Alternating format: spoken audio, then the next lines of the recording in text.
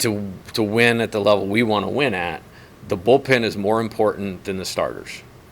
Period. Like, that's hard for everybody to get their head around, but it is an absolute truth. The best teams win close games at the end, and that's entirely to do with your bullpen.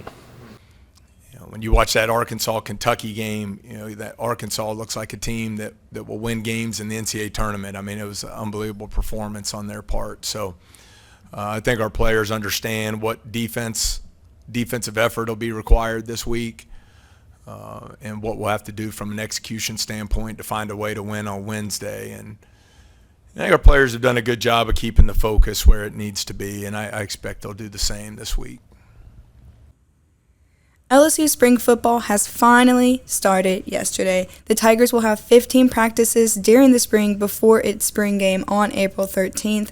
Unfortunately, there is no media availability from yesterday, but there will be availability tomorrow with a full report on tigerrag.com.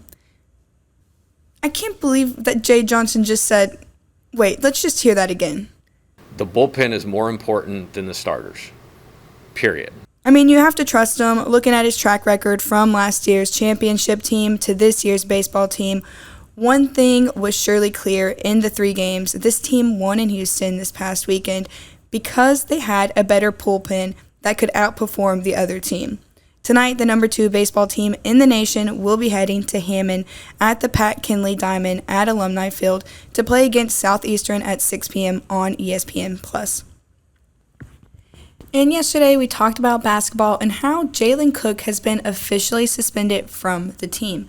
Cook has been out since February 13th. This obviously isn't an optimal situation for LSU here at the end of the season with so much on the line still. Trey Hannibal has really stepped up at point guard for the past several weeks, leading the Tigers, and now LSU has won 4 out of their last 5 games. Tonight, the Tigers will be back in action on the court in a very hostile environment against the Arkansas Razorbacks at Bud Walton Arena at 6 p.m. The game will be on the SEC Network. If LSU wins at least one of its final 2 games, Arkansas tonight and Missouri on Saturday, that should be enough to seal a bid in the NIT. LSU, of course, has its sights set on winning both games and finishing 10-8 in the SEC. This is Camryn Conner with Tiger Rag Audibles, and after this word from one of our sponsors, you'll be hearing from the News and Sports Director of the Louisiana Radio Network, Jeff Palermo, along with the editor of Tiger Rag, Todd Horne, while they sit down with Jay Johnson, LSU baseball's head coach, as they talk about some key players on this baseball team and what the road to SEC play looks like. After hearing from Jay Johnson, Jeff and Todd will be back on with Sheldon Mickles, an LSU basketball beat writer with The Advocate.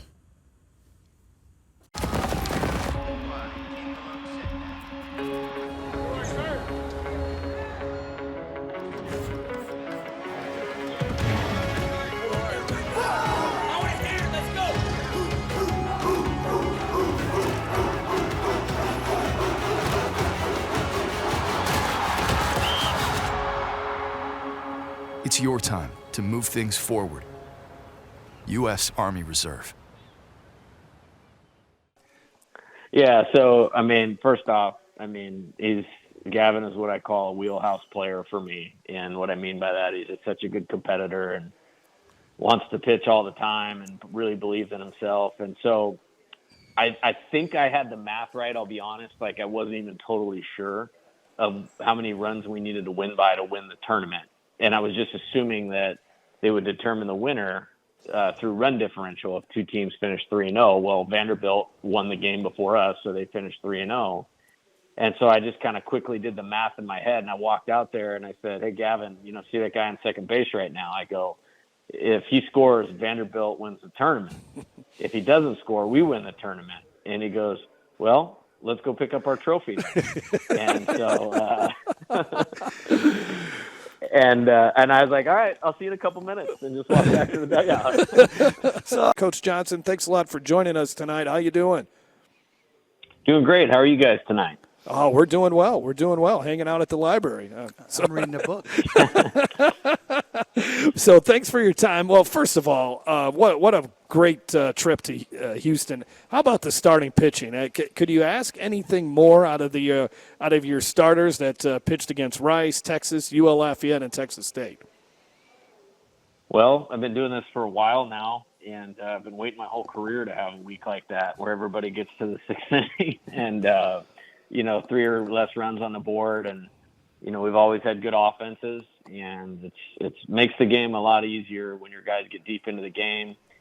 And then you can align your bullpen for the right matchups. And if you look at, the 3 games we won in Houston in the tournament, I mean, our bullpen outperformed the other team's bullpen, and our offense, that's where it kind of gets to shine. And really good job. And that was all predicated by the great job the starting pitchers did. Jay, tell the story, if you don't mind, about what was going on in the Texas State game when Gavin Guidry was on the mound and you walked out to talk to him.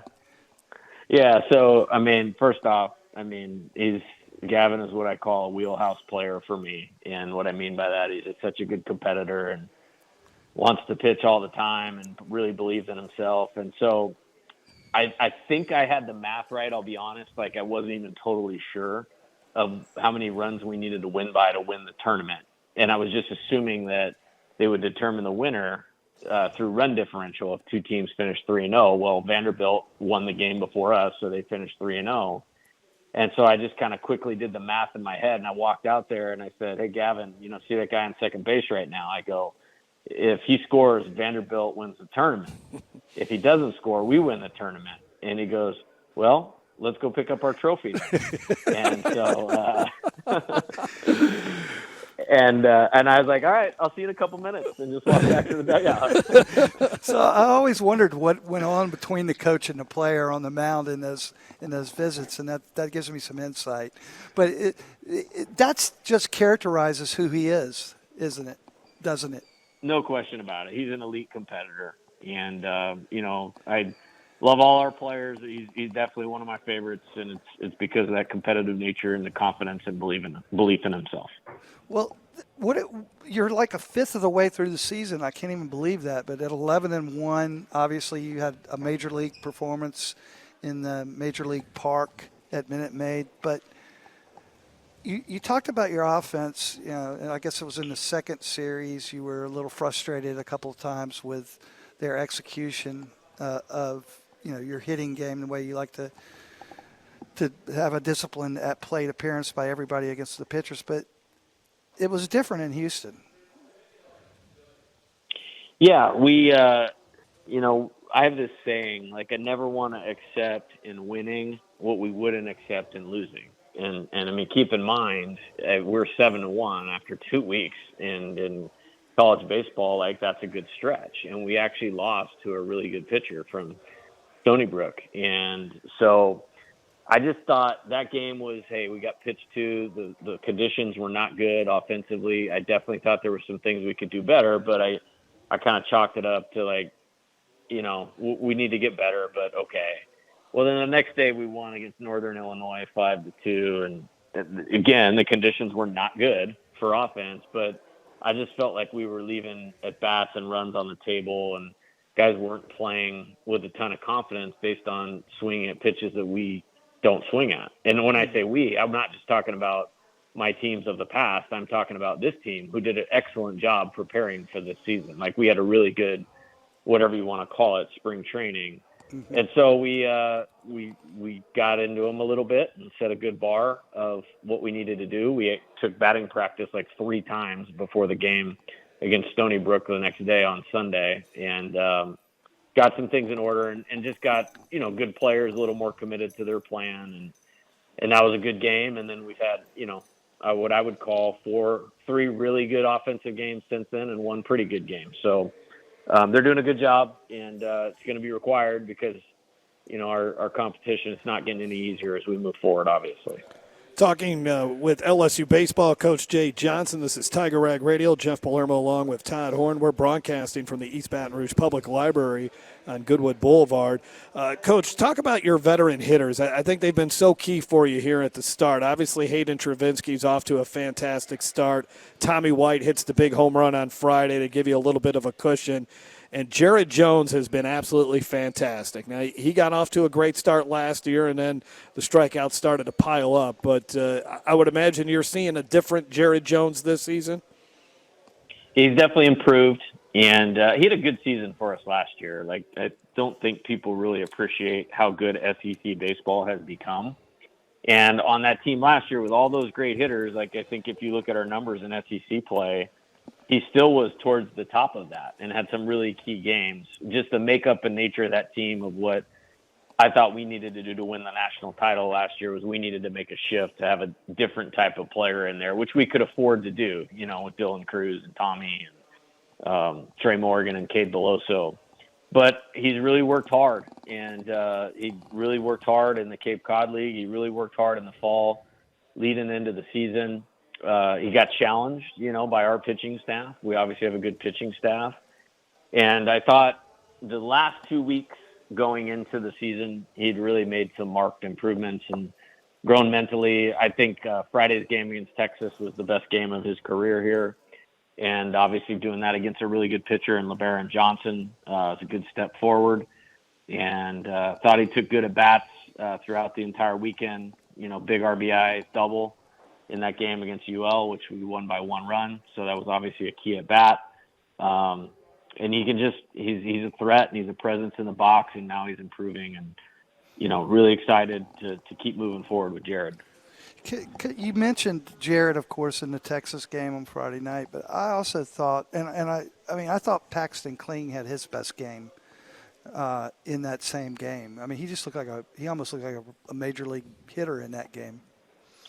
Yeah, and that's key for our team, you know, and, you know, we're very selective with what we do in the transfer portal. We won a national championship largely last year because of what we did in the transfer portal. We've obviously improved this team this year through it, but we're also very selective. You know, the only position players we brought in from the transfer portal were Mac Bingham and Michael Braswell. And the reasoning behind that was we had just talked about Jared, and we were talking about Paxton now. Like, I want to develop those guys, and I want the top high school players to know, like, if they come here, when they're ready, we're going to get them in there. And I think those guys are closer to being ready now. When I say ready, Mike, my bar is super high. Like, right. They would start for every team in the country. I believe in, you know, a high standard of play and preparation. And, you know, you're not going to come into a place like LSU with having all that stuff figured out, which is why we have jobs, and really enjoy working with those guys. And you're right on the money. Like, he was only 1 for 5 in that game, but he took 6 really quality at bats and looked like a real player in that game. So it's good observation by you. Well, talk to us about Stephen Ma, because you talk about developing a player. He's a true freshman. Obviously, he was one of the top recruits in the country, but he's your leading hitter right now, and that's through 30-something at bats. Yeah, I've known Steven since he was in 7th grade, and he's just a true baseball guy. Like, playing the game and playing it well is kind of what his whole life is built around, and I mean that in a positive way because he's such a good worker. And when you're that size, you have to do a lot of things right. And not only does that, he has a lot of talent as well. And I've been very impressed with his acclimation as a freshman to this game. And again, in the fall, he had a lot of things that he learned a lot in the fall because he was playing at a level he'd never played at before. And I think it's shown his aptitude about how quickly he's transitioning to be a winning player for us. And, you know, proud of that and proud of him. So we've talked this whole time so far, and we haven't even mentioned Luke Holman yet. And he's putting up stats eerily similar to Paul Skeens at this juncture in last season. I mean, they're basically mirror images of each other in terms of stats. Of course, they're different pitchers, but what about Holman is making him so successful at this early stage of the season? Yeah, he's a real pitcher. He can do literally whatever he wants on the mound. He throws his fastball to all 4 quadrants of the plate, up, down, in, and out. He can throw breaking balls for a strike at any time. He's got an elite changeup. I just don't know how you plan for him very well, is what I say, because if you try to take something away, he's going to have another way he can go about beating you. And there's not many pitchers out there like that. And he just throws a ton of strikes, got great aptitude, he's confident, a lot of deception, change speeds, locate. Obviously really, really good at what he does. So how do you now go from Minute Maid Park to a 4,000 capacity stadium at Southeastern in Hammond tomorrow night? You're being generous by 4,000. Okay, 3,500. It's still generous. But But they'll pack them in there. And in all seriousness, but it's a smaller ballpark. It's a totally different atmosphere. Is that something you have to prep your kids for, or are they already ready? We had practice today. We had a small, short meeting before practice, and not really in the nature of that specific environment or game. We just talked about, great teams really master the ability to move forward, both from failure and success. And we had a great week out there. It's one I'll remember for a long time, to be honest with you. There was a lot of real positive things, and really appreciated our fans coming out. But I remember we played at Southeastern last year in May, so it was later in the season. And I remember looking up going like, man, this is pretty cool. Like that all these people are here to see us, and, let's play great. And we did. And they're doing a good job. They're off to a great start. They had a huge tournament win this weekend themselves out of East Carolina. And really looking forward to playing there tomorrow. They're doing a good job with their team with Coach Barbier in his first year. You have to start looking ahead a little bit to next weekend when you open the SEC action against Mississippi State. Any thoughts on that as we close out, Coach? Yeah, they're good. They're improved, and I know they had a couple tough losses earlier, but it's definitely a better team. It's obviously one of the best places to play at in the league, so we're excited to get the SEC schedule going next week. Thanks a lot, Coach. Got some big games coming up this weekend against Xavier. We appreciate your time. We'll talk to you down the road.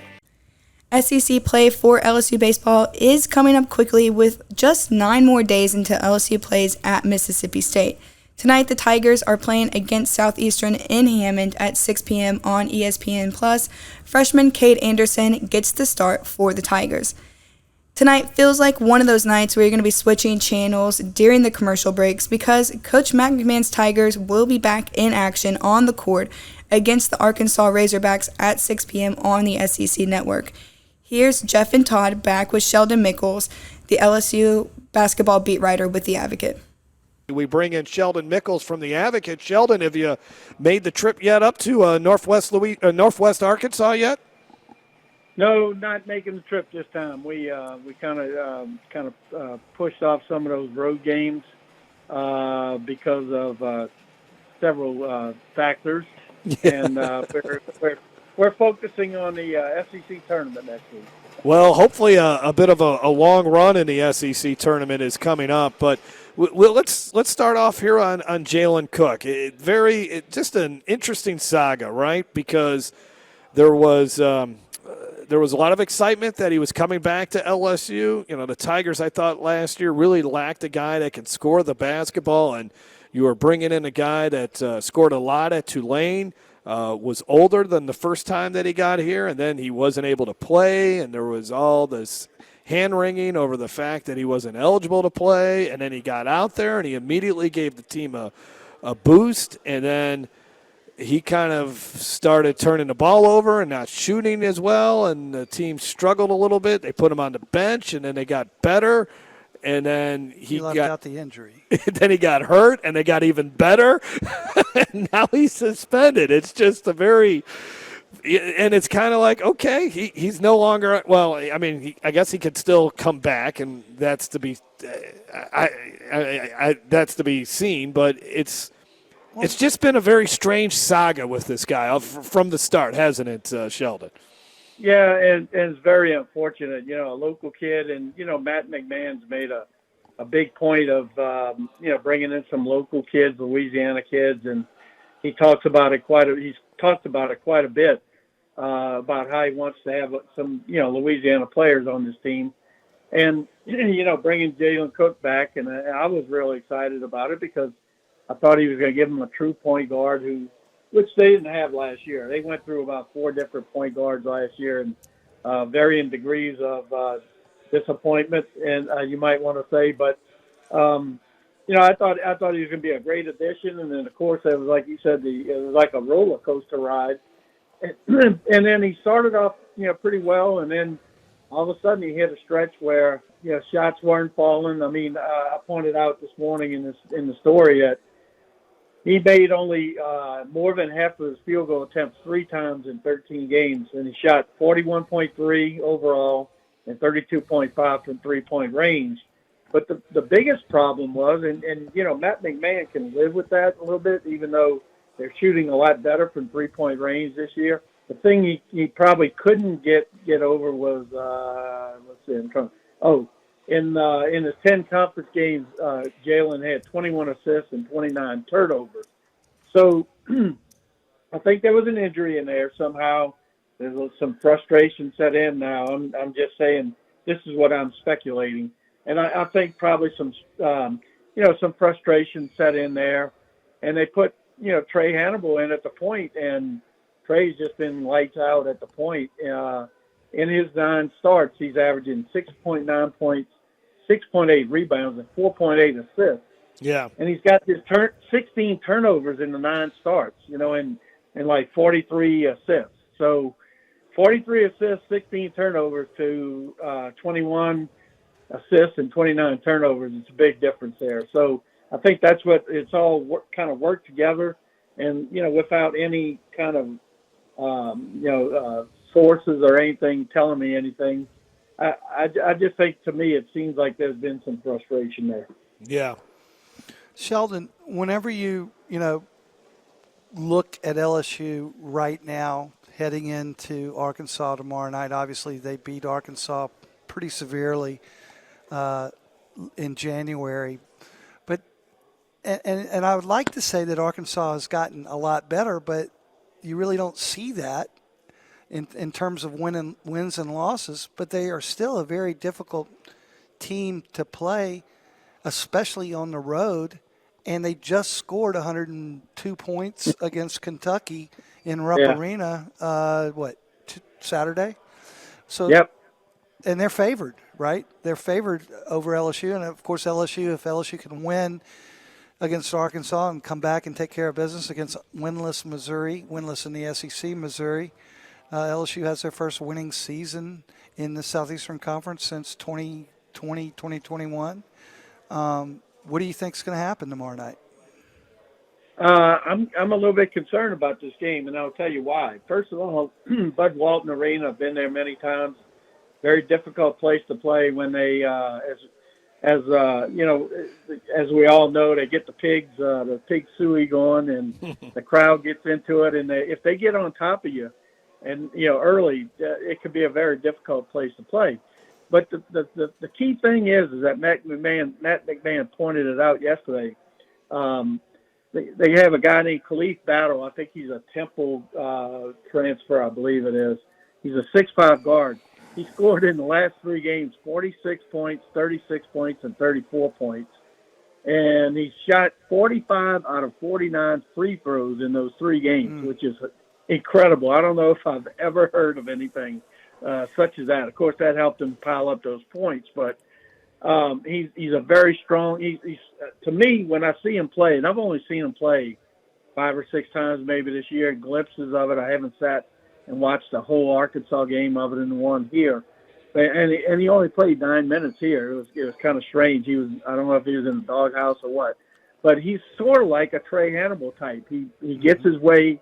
He gets into the paint. He gets inside. And he makes some difficult shots and stuff like that. So he's a very capable player of torching you for 30. Then they have Tremont Mark, who played at Houston last year, and he's the other guard who's playing very well, averaging 17 a game. And then they have a guy, Makai Mitchell, a forward. I think he's about 6'9". He goes about 6'8", 6'9". He has averaged 14 points and 7 rebounds in the last 5 games. So, they have some talent, and I think they seem to work through their difficulties early in the season. They had suspensions. They had guys leaving the team. They had injuries. And the one thing, though, I was looking at today, they've won 5 SEC games only, but they've beaten Texas A&M twice, and they've beaten Missouri twice, 2 teams with losing and their other win was against it escapes me now. But they've only beaten four. They beat 4 of their 5 wins that come against teams with losing records. So it's been a very strange year for them. Lost to Vanderbilt at home about a week ago. So Right. you would think LSU would have the upper hand here, but you never can tell going into Bud Walton. Sheldon, isn't Battle questionable right now for the game? Isn't he having some sort of injury problem? Yeah, I was talking to Bob Holt, the beat writer up in Fayetteville today. It seems like Battle. I don't know if it's a knee or whatever it is, but he didn't practice Monday. Now I didn't hear about if he practiced today or not. But it sounded like he's going to at least try to go tomorrow night. So if that's the case, he may not even be 100%, but. He's still probably a dangerous player. So in the game in Baton Rouge against Arkansas, that was the game Will Baker scored 25 points and couldn't miss a shot, basically. I'm exaggerating, but he was hitting three-pointers and inside. Do you think we'll see the same type of game plan from Matt going in to Arkansas, or do you think he's going to have to adjust things? I would expect them to try to go inside. It seems like most of the games that they play, they try to attack, in the paint, and they'll pop, once they establish that, they'll pop, Will Baker out for 3-pointers, and he hits a couple of those. That's one of the big things that's been helping them this year. That and Terrell Ward's 3-point shooting, and Matt McMahon, addressed that yesterday, and he said what it's doing is it's once they hit a few 3-pointers, and like I said, their 3-point shooting is very good. Up around near 40%, if I'm not mistaken. But once they hit a few 3-pointers, it opens up the driving lanes for guys like Hannibal and Jordan Wright, and it kind of opens things up and lets them.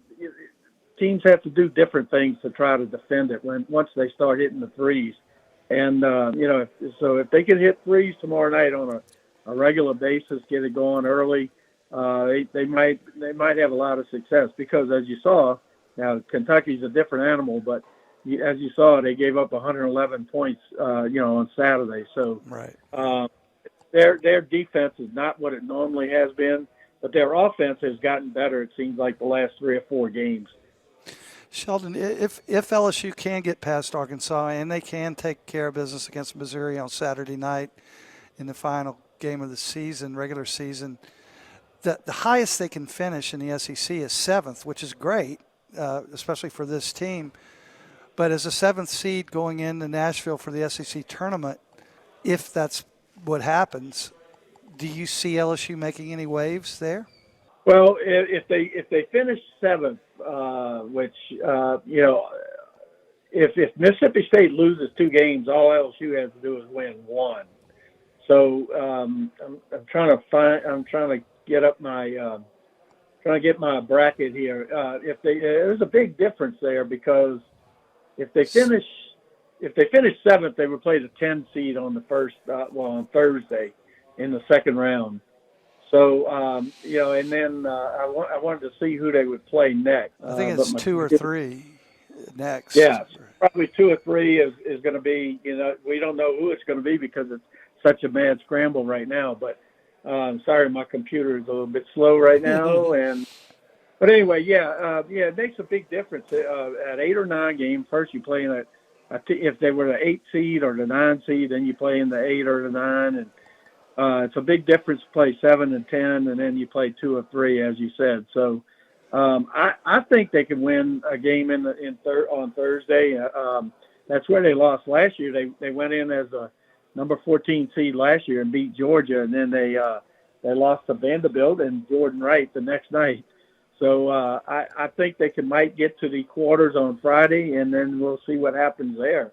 But I mean, they've lost 6 of their 8 games have come to quality teams. They haven't really kind of messed up against anybody other than Georgia on the road, but that was on the road, and they lost on a heartbreaker at the end. So they've been in some games that they're supposed to be in. They got blown out, obviously, twice by Alabama, and they got blown out at Auburn, got blown out in Tennessee, and Florida had them blown out. But, I think they're a much better competitive team this year. NIT bound? I think so. Even if, if they win one more game, I think they'll definitely be in the NIT. Sheldon, thanks a lot for your time, man. We appreciate it. We'll talk to you again maybe around in a week or two. Yeah, and I'll have my bracket ready. We all will after Saturday. Learning and reading through cuisine? Huh? Join the East Baton Rouge Parish Library for its One Book, One Community series in March and April. Come by your nearest library and get a copy of the 2024 selection, Tasting History by Max Miller, to explore the past and immerse yourself in culture through cuisine. To learn more, visit readonebook.org. All right, that's it for today's episode. The baseball team will be playing tonight at 6 p.m. against Southeastern on ESPN+, and the basketball team will also be playing at 6 p.m. tonight at Arkansas on the SEC Network. Stay tuned to TigerRag.com for more LSU sports news, and I'll be back later.